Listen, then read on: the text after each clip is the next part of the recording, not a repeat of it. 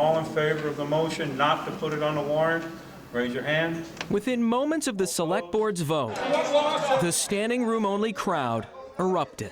Just remember, people, we voted you in. You can be voted back out just as easy. Their frustration over the board's 3-2 decision to not send a citizen's petition to voters at their next town meeting, which sought to seize part of a discontinued road on private property and open it for public use. Once it gets in a town meeting, basically it's whoever has the most people there on their side is going to decide what happens to somebody else's property. To me, that's not the way this country has been set up. A decision that didn't sit well with those who pushed for it, We've lived here forever. with outbursts ultimately leading the board to adjourn early. This is their meeting tonight. They're not having for a discussion.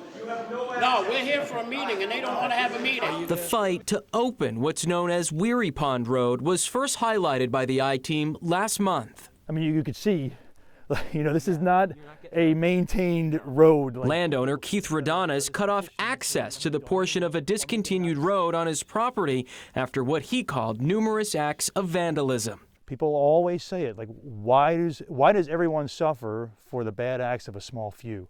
And it's terrible that that happens that way. Actions that didn't sit well with some in the community. I think this is very wrong. Jennifer Grady, a member of the planning board, spearheaded the petition to try and get the town to seize the road. We cannot get to one of our pieces of property because of his gates.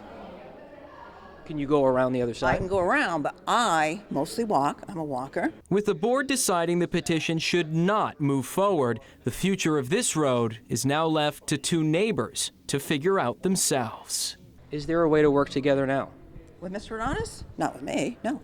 No, absolutely not. To reopen the road so that people can use it without having to go to court, without having to come to No, town we'll be meeting? going to court, I guarantee you. That process is already moving. While Keith Radonis tells us he was pleased with the Select Board's vote last night, he has filed a lawsuit against the Gradys. The case will now end up in civil court, where he says it should have been all along. For the I-Team, I'm Dan Lamparello.